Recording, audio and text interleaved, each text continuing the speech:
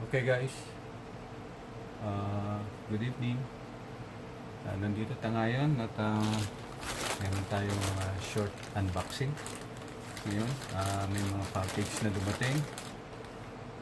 Isa, dalawa, tatlo, tsaka yung kinakahintay natin. Ito po. Okay, so mag-umpisa muna tayo dito sa mga maliliit package. Okay, umpisahan natin to.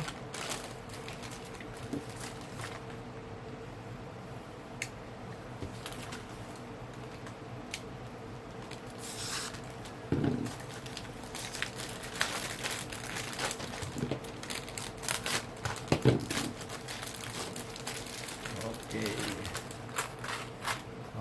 Meron tayong bullet weight. Ginagamit natin ito sa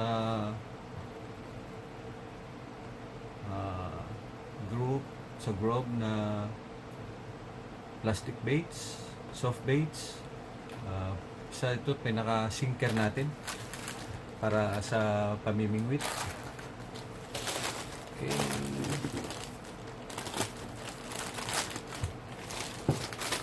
Second box.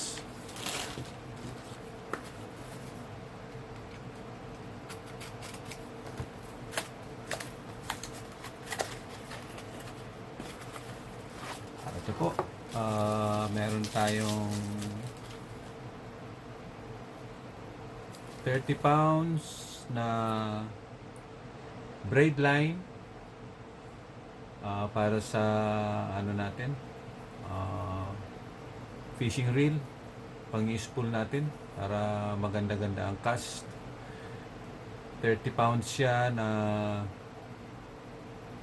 ilang strand to? 4 strand, medyo manipis para long casting siya. Alright,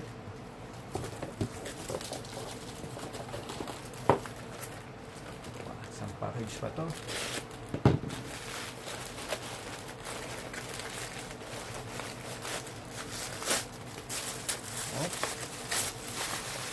Ito po,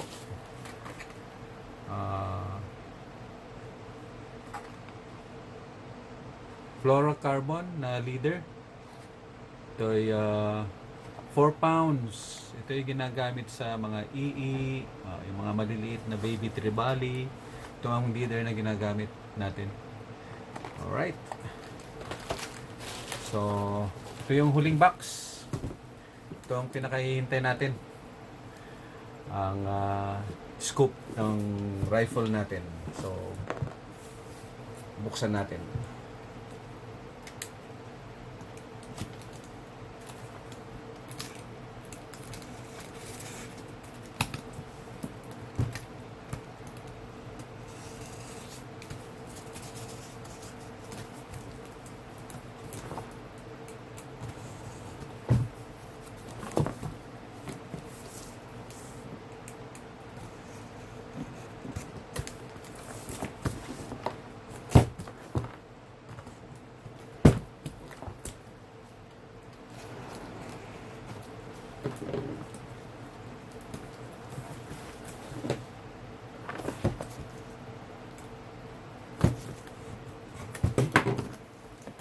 Ayaw pabukas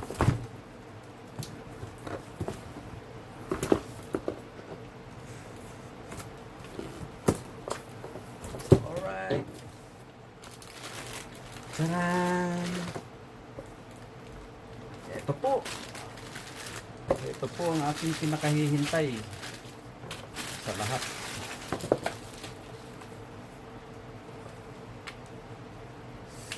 Ito.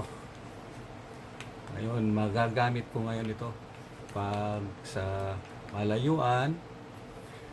May flashlight, may laser, at may halogram sight. Ito, mas maganda ito dahil pwede mo siyang close out yung target mo. Makikita mo ng clear. So set aside natin.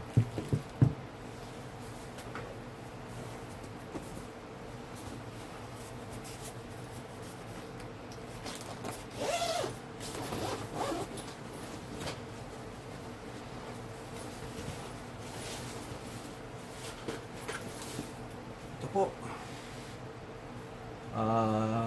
nag-upgrade ako dahil itong scope na ito, factory ito, kasama ito doon sa baril na binili ko. Hindi ako masyado satisfied sa performance, kaya ako ay umorder ng mas malaki compare doon. So kung titignan natin, ang difference is malayo, about 4 inches difference, at mas marami siyang features. So ito yung nating ilalagay para maano natin, makita, at may testing natin kasi medyo madilim na, hindi natin makikita kung anong performance. Tingnan nyo sa susunod na ano natin kung ano ang magiging performance niya. So ilalagay natin ngayon dito kung ano ang magiging outcome.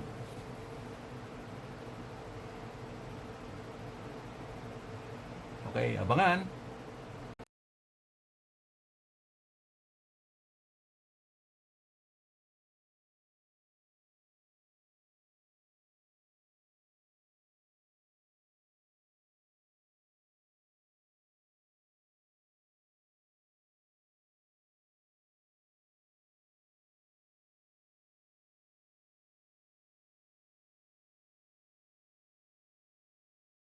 Okay guys, ito, nakumpleto na natin.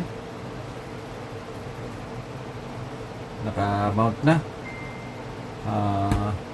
Ito po ay Benjamin Varmint NP piston, nitro piston na